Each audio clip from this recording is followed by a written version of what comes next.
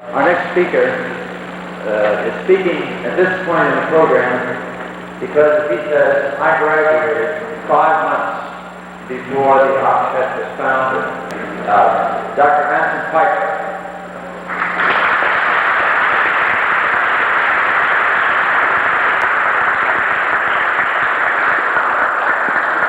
Thank you, Warren. Several months ago, the Berkshire Eagle referred to me as being a member of the Williams College Music Department.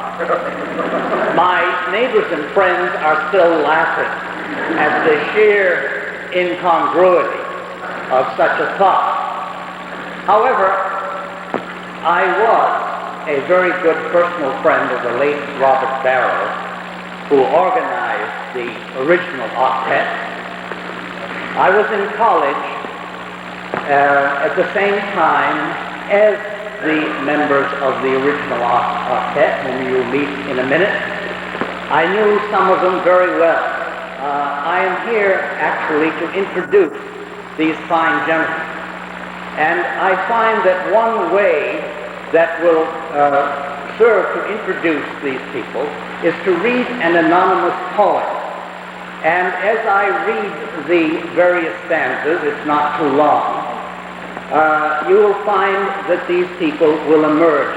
They are amazingly youthful, I might add.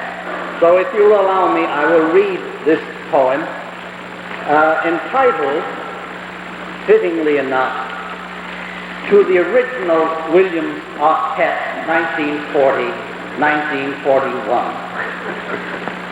Some 50 years have come and gone, yet we shall ne'er forget how Robert Barrow took the plunge and founded the octet.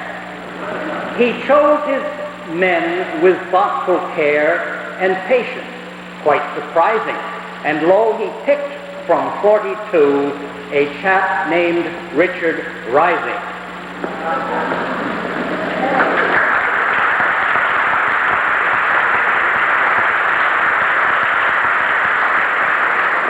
But then, once this first choice was made, the rest seemed much more sure.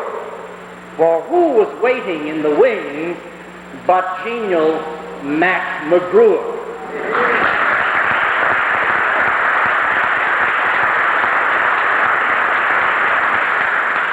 With 2 selected and 6 to go, Bob Barrow waxed more spunky, and throwing caution to the wind, he took a chance on Hunke.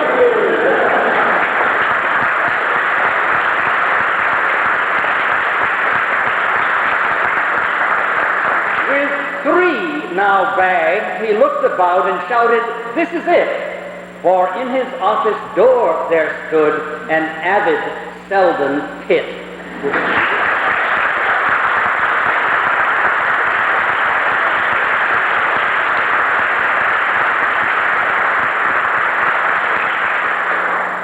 With growing eagerness and zeal, which prudence seldom warrants, Bob Barrow made a daring choice and signed up George D. Lawrence.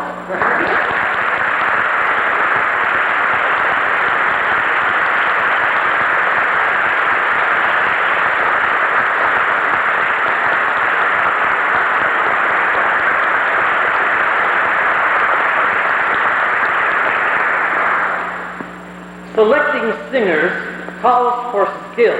One may even stoop to guile, or, seizing talent where it's found, one recruits a Dudley Tyler.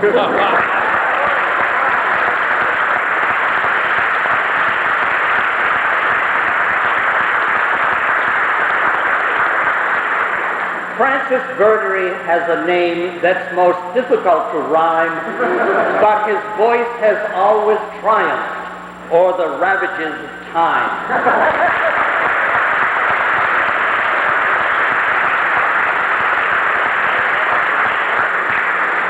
With 7 members now on board, our task is almost through. We know that Tommy Safford's gone, so why not pick young Lou?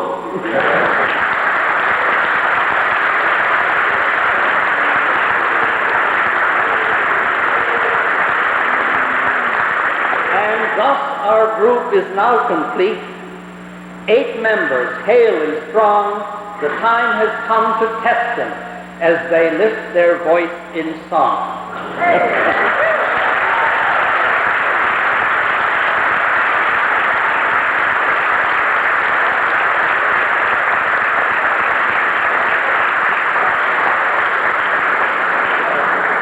While we're shifting for a moment, I think it's great that some of these groups, like the undergraduate group, can get together 6 hours a week and rehearse, and the Lemmings can get together so often, and one of the other groups even had this morning. Our group is a little more scattered, and this group that you see here came from Oregon, Montana, Philadelphia, and points north and east, South Carolina, and our last rehearsal was April 22nd, 1941.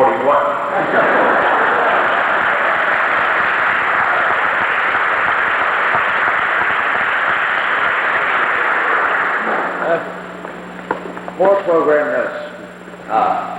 In George Lawrence's place, we're joined by one of the greatest tenors we've ever had at Williams, Alex Clement, of 1949.